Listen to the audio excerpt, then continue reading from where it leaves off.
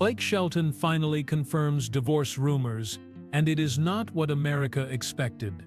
For weeks, speculation followed him everywhere, fueled by absence, silence, and a history the public already thought it understood.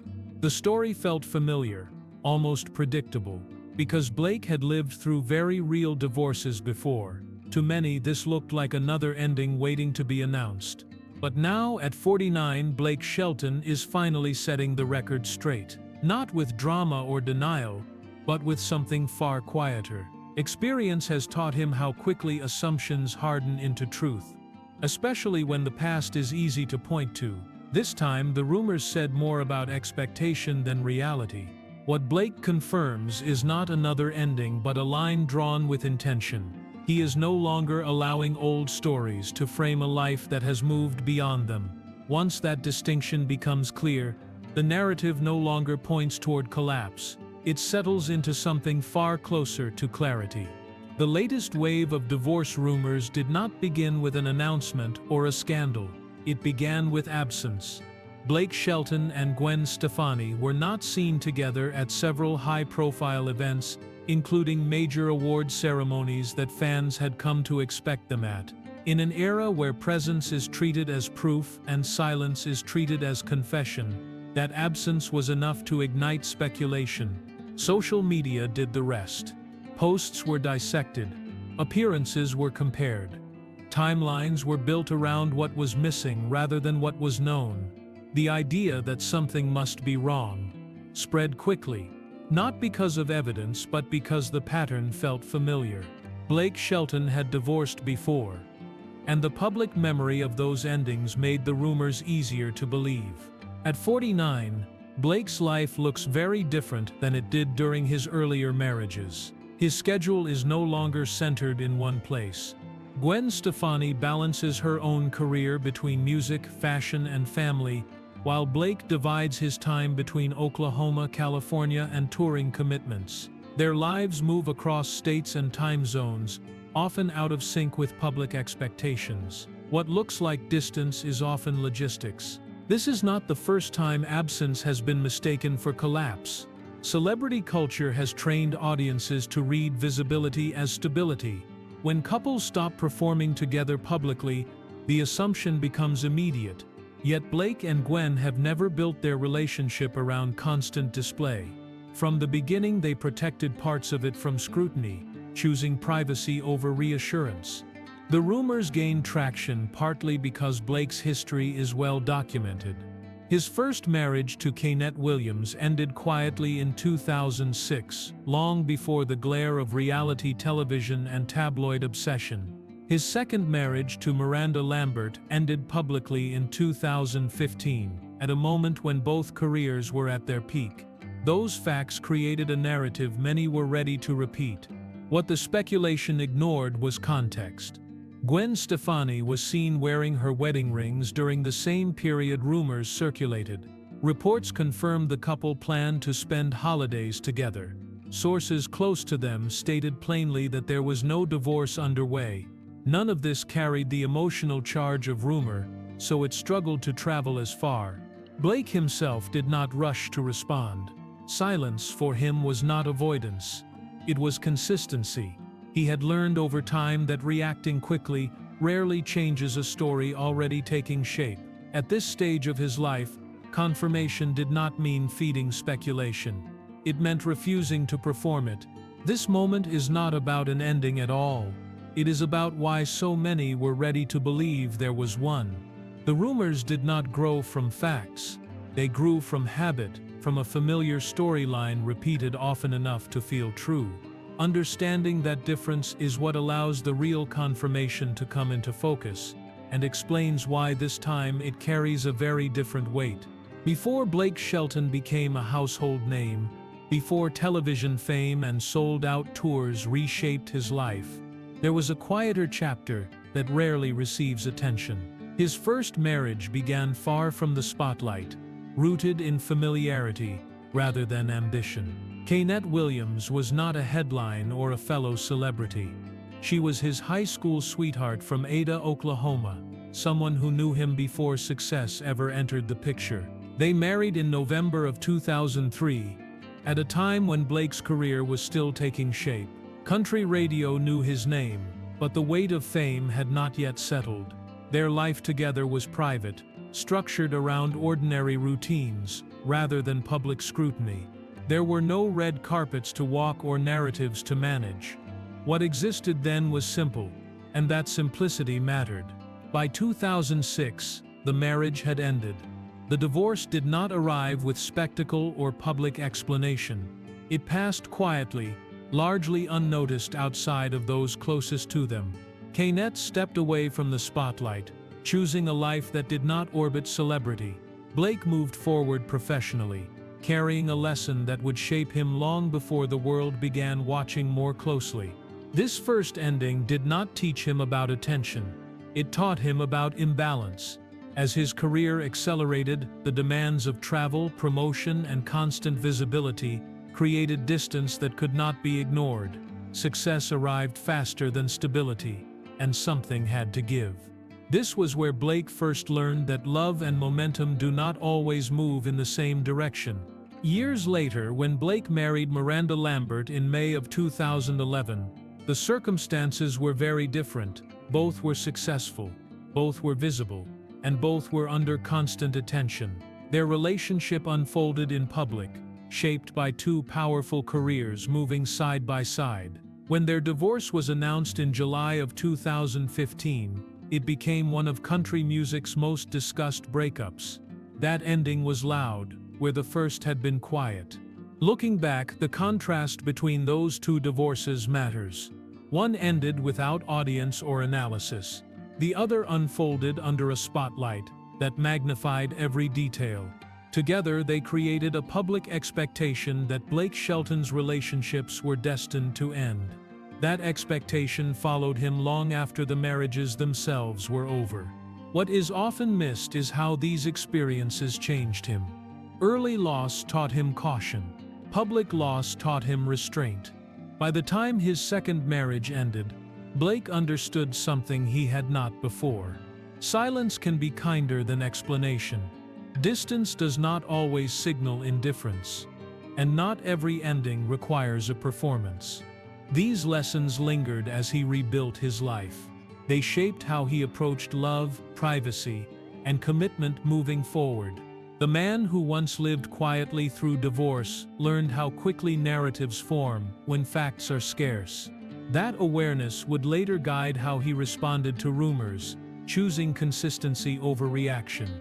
Blake's past divorces are not footnotes, they are context. They explain why assumptions come easily and why he no longer rushes to correct them. Before Gwen Stefani, before the rumors that now circle him, Blake had already learned what it feels like to lose privately and publicly. That history does not predict the future. It explains the patience with which he meets it. By the time Blake Shelton married Miranda Lambert in May of 2011, his life no longer belonged to him alone. Fame had settled in fully, and with it came expectation, commentary, and constant observation.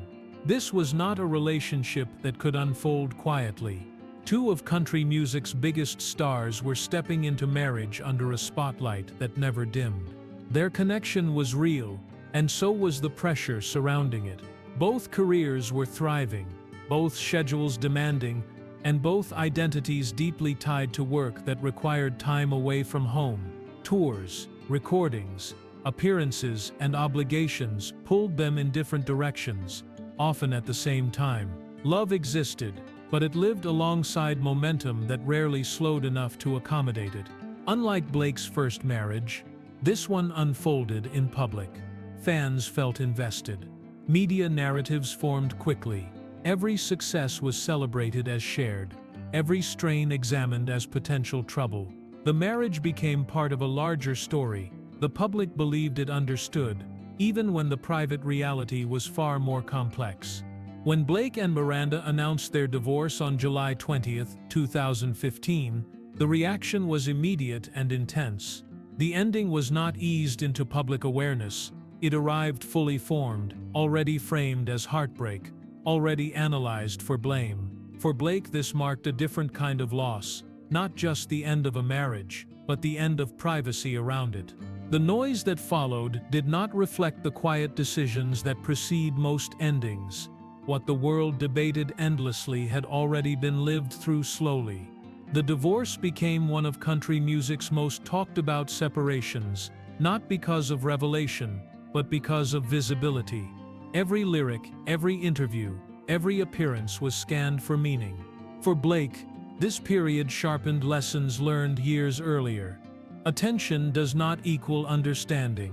Volume does not equal truth. The louder the narrative became, the less space there was for nuance. Silence, once again, became the only stable response. What mattered most was not what the public concluded, but what Blake carried forward. He learned how quickly a relationship can be reduced to a headline, and how little room there is for complexity once that happens. Love, when lived publicly, is often flattened into symbols that fail to reflect its reality. This divorce solidified something that had been forming quietly within him. The next relationship would not be built for observation. It would not be rushed. It would not be explained in real time. The cost of visibility had become too clear to ignore. Blake did not speak often about the emotional aftermath. He did not frame himself as wronged or victorious. Instead, he continued working, grounded himself where he could, and allowed time to do what statements never could: heal without performance. The public, however, did not move on as easily. This second divorce became a reference point, a pattern people returned to whenever his personal life re-entered conversation. It shaped how future relationships would be judged before they were understood. This chapter matters because it explains why later rumors find such easy traction. When a person has experienced public endings, every quiet moment becomes suspicious. Every absence feels loaded.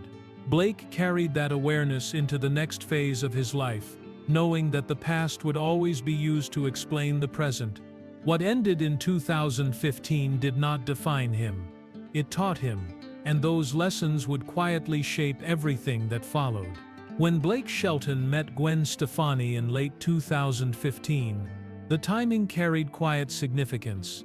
Both were coming out of highly publicized divorces, both understood the cost of living personal loss in front of an audience, and neither was looking to repeat what had already failed. Their connection did not begin with spectacle, it began with recognition. They met as colleagues on The Voice, seated in adjacent chairs, sharing long hours on set that allowed conversation to develop without urgency. What grew between them was not rushed. It unfolded slowly, shaped by mutual understanding rather than momentum. Having both experienced public endings, they approached something new with restraint. That restraint was not hesitation, it was intention. Unlike Blake's previous relationships, this one was paced carefully. There were no immediate declarations and no need to perform certainty.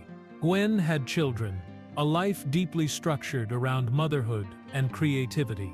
Blake had returned to grounding himself in Oklahoma, valuing routine and space after years of constant movement. Their worlds did not merge overnight. They learned how to fit alongside each other instead. When they became engaged in October of 2020, the moment felt earned rather than dramatic. 5 years had passed. Time had tested what excitement alone never could. Their marriage in July of 2021 took place at Blake's ranch in Oklahoma, intentionally private, intentionally small. The setting itself spoke volumes. This was not about image, it was about choice. Marriage did not simplify their lives. Gwen continued working between California and Las Vegas. Blake split time between touring and Oklahoma. Distance remained part of their reality, but it was no longer framed as a threat. It was a known variable, managed rather than feared. They did not attempt to erase the challenges. They acknowledged them. Public appearances together were selective. Social media presence was controlled. What the audience saw was curated, not because something was hidden, but because something was being protected. This shift marked a clear departure from Blake's past. Visibility was no longer equated with security. Over time, that privacy became misunderstood. Absence sparked rumor. Silence invited interpretation. Yet the foundation beneath it remained steady. Gwen was seen wearing her wedding rings during periods when speculation peaked. Reports confirmed they were spending holidays together. Insiders stated plainly that the marriage was intact. These facts carried less emotional weight than rumor, but they told the truer story. Blake did not counter speculation with spectacle. He allowed consistency to speak instead. At this stage of his life, confirmation did not require performance. It required steadiness. He had learned that responding to every assumption only feeds it. What this relationship represented was not reinvention but evolution. Blake did not abandon who he was. He refined how he lived. Love was no longer measured by proximity or public reassurance. It was measured by stability, patience, and shared understanding. This chapter matters because it explains why the rumors felt misplaced. The man at 49 is not the man the public remembers from earlier endings. He has lived the consequences of haste and exposure. He has learned the value of quiet commitment. What Blake and Gwen built did not demand constant affirmation. It required care. And that difference is why, when rumors surfaced, the truth behind them was never dramatic. It was steady. The story was not about what was falling apart. It was about what had been deliberately held together. By the time the rumors reached their loudest point, Blake Shelton no longer felt the need to correct every assumption. At 49, his relationship with public narrative had changed. Confirmation for him was no longer about statements or appearances. It was about clarity, offered without urgency. When sources close to him stated plainly that there was no divorce underway, Blake allowed those words to stand without amplification. What he confirmed was simple, yet easily overlooked. His marriage to Gwen Stefani was intact. The distance people noticed was logistical, not emotional. Their schedules moved across states and commitments, not away from each other. Gwen's presence during the same period spoke quietly but clearly. She was seen wearing her wedding rings. Plans to spend holidays together were confirmed. These details did not arrive as defenses. They arrived as facts. Blake's response was shaped by everything that came before. He had learned that reacting quickly rarely changes perception. He had lived through endings that were quiet and endings that were consumed by noise. Both taught him the same lesson. Truth does not require volume to remain true. At this stage of his life, he trusted consistency more than correction. What the rumors failed to account for was growth. The man who once moved through relationships while learning in real time now moved with intention. He understood how easily absence could be misread, especially when history invites comparison. Instead of resisting that pattern, he stepped outside it. He confirmed what mattered and ignored what did not. Gwen's role in this moment was not defensive. It was steady. Her continued support, her visible commitment, and her refusal to engage in speculation reinforced what Blake chose not to dramatize. Together, they allowed the narrative to settle on its own. There was no confrontation with rumor, only a refusal to participate in it. This approach marked a quiet shift. Blake did not frame himself as misunderstood. He did not ask the public to reconsider him. He simply lived differently. Where past relationships unfolded under scrutiny, this one endured through restraint. Where earlier endings demanded explanation, this moment required none. The confirmation people expected never arrived because it was never needed. There was no announcement, no reveal, no turning point. The truth had been present the entire time, carried through actions rather than words. That choice reflected a maturity shaped by experience rather than reaction. At 49, Blake Shelton did not confirm a divorce. He confirmed something else entirely.